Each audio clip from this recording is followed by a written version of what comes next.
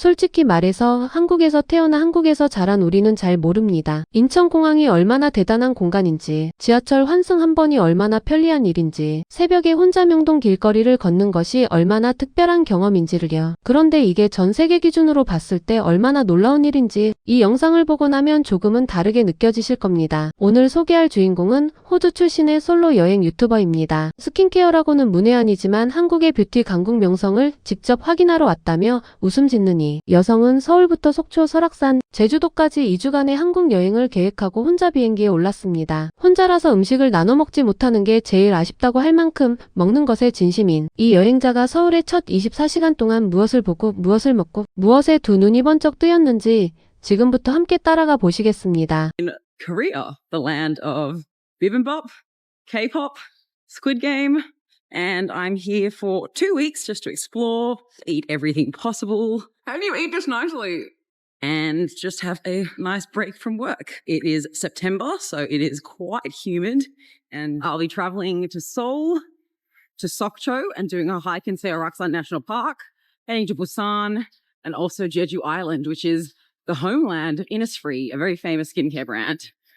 Oh, and I also forgot to mention Korea is a pioneer in skincare, which is ironic because I don't know anything about skincare, but maybe I'll learn something while I'm here. But stay tuned because I'll show you what I get up to in this gorgeous country. 밤 10시를 훌쩍 넘긴 시각 인천공항에 발을 디딘 그녀는 공항 로비를 둘러보며 이미 감탄부터 시작합니다. 공항 리무진 버스 요금이 17,000원이라는 사실을 미리 조사해온 꼼꼼한 여행자답게 팀원이 카드 충전법부터 네이버 지도 사용법까지 철저하게 준비하고 왔는데요. 사실 그녀가 이번 여행에서 미리 공부해온 서울 필수 팁이 딱 3가지였습니다. 첫 번째는 네이버 지도. 구글 맵이 한국에서는 경로 안내가 되지 않기 때문에 네이버 지도가 필수라고 강조했는데요. 두 번째는 현금. 시장이나 길거리 음식점에서는 카드만으로 해결이 되지 않는 경우가 많다며 현금을 충분히 챙겨야 한다고 했고요. 세 번째는 티머니 카드로 서울 대중교통 전체를 이 카드 하나로 자유롭게 이용할 수 있다고 설명했습니다. 한국인이라면 너무나 당연한 것들인데 이것들이 외국인에게는 꽤 중요한 여행 팁으로 다가온다는 점이 흥미롭죠. 숙소에 짐을 내려놓을 새도 없이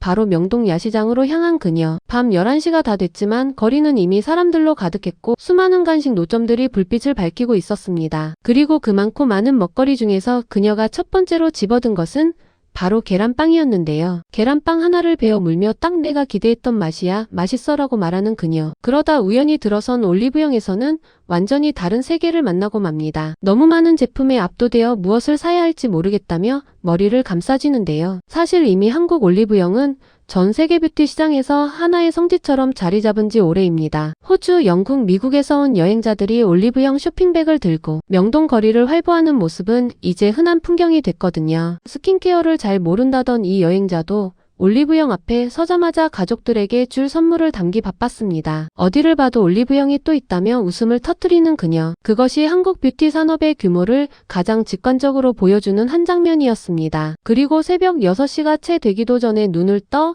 다시 거리로 나섰습니다.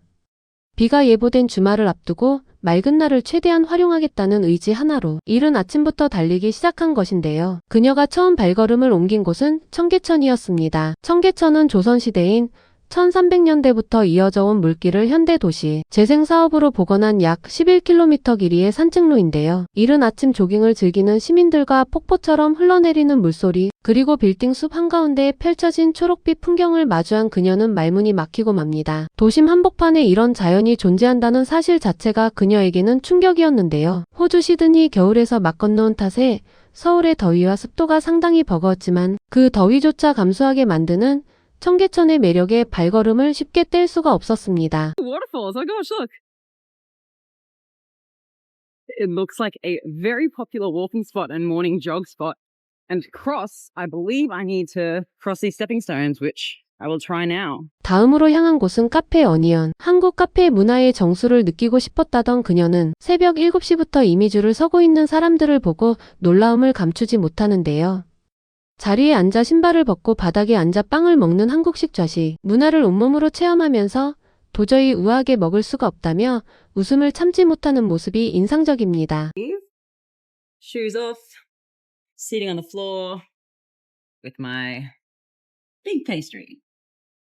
I didn't film that, but the whole top. 아니 이걸 어떻게 예쁘게 먹어요라고 웃음 가득한 표정으로 말하는 그녀. 유럽이나 호주의 카페에서는 좌식 문화 자체가 거의 존재하지 않거든요. 한국 카페만이 가진 이 독특한 공간 문화가 그녀에게는 그 자체로 하나의 새로운 경험이었던 것입니다. 카페를 나선 뒤 그녀는 경복궁으로 향했는데요. 조선시대 최초의 궁궐, 1395년에 지어진 그 장대한 역사의 공간에 입장하는 데 든 금액은 단 3,000원이었습니다. 호주 달러로 환산하면 3달러 30센트에 불과한 금액인데요. 영국에서 유명 역사 유적지를 방문하려면 최소 20에서 30달러 이상을 내야 하고 프랑스 베르사유 궁전 입장료가 약 3만 원에 달하는 것과 비교하면 한국의 문화유산 관람료가 얼마나 파격적으로 합리적인지 새삼 느끼게 됩니다. 한복을 입으면 무료로 입장할 수 있다는 사실에도 눈을 빛내는 그녀. 궁궐 한쪽 후원에는 사람이 아무도 없어 완전히 고요했다며 이 고요한 공간의 아름다움에 한동안 홀로 감탄했다고 합니다. 경복궁을 나온 뒤에는 우연히 수문장 교대식을 발견하고 계획에도 없던 퍼레이드 관람을 즐겼는데요. 이런 예상치 못한 장면을 만날 수 있는 것, 그게 바로 서울 여행의 묘미라는 걸 이 외국인도 이미 느끼기 시작한 것이죠. 점심 무렵에는 드디어 광장시장에 도착했습니다. 명동 야시장과는 완전히 다른 분위기, 완전히 다른 가격대에 그녀는 처음부터 기뻐하는 모습이었는데요. 빈대떡에 처음 먹어보는 김밥까지 시장 음식을 하나씩 집어들며 감탄사를 연발합니다. 광장시장이 명동보다 1000배는 더 저렴하고 다양하다는 그녀의 평가. 지나친 과장처럼 들릴 수 있지만 실제로 광장시장의 빈대떡 한 장, 김밥 한 줄은 외국인들에게 진짜 한국 시장의 맛을 느끼게 해주는 장소로 이미 전 세계에 입소문이 퍼져 있습니다. 배를 든든히 채운 뒤에는 서울숲으로 향했고 티머니 카드를 처음으로 써보는 순간도 있었는데요. 처음 가는 나라에서 대중교통을 혼자 해결했다는 것만으로도 뿌듯함을 느꼈다는 그녀. 사실 서울 지하철은 외국인 관광객을 위한 영어 안내가 완벽하게 갖춰져 있어 처음 오는 외국인도 어렵지 않게 이용할 수 있습니다. 런던 지하철이 복잡하고 낡은 것으로 악명 높고 시드니 대중교통이 배차 간격이 길어 불편하기로 유명한 것과는 차원이 다른 수준이죠. 그리고 저녁이 되자 그녀는 강남 스타필드 코엑스몰 안에 있는 별마당 도서관에 들렀습니다. 조용한 도서관을 기대했는데 사람이 가득하다고 웃으며 말하는 그녀. 그 규모와 시각적 임팩트에 카메라를 연신 내밀며 사진을 찍습니다. Everyone is taking turns with the people they're with, going up and down the elevator, taking photos, but I haven't got near one, so I'm just gonna do my own thing.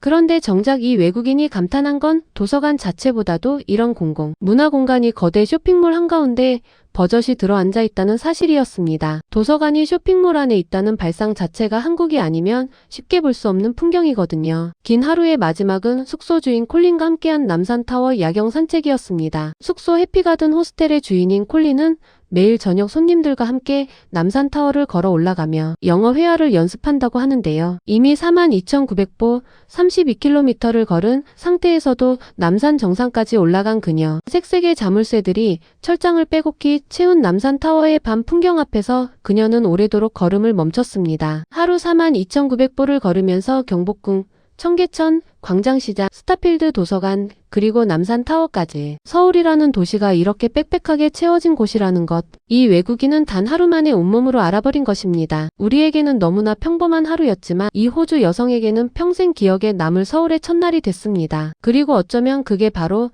한국이 가진 힘의 출발점인지도 모르겠습니다. 오늘의 대한뉴스 영상은 여기서 마치겠습니다.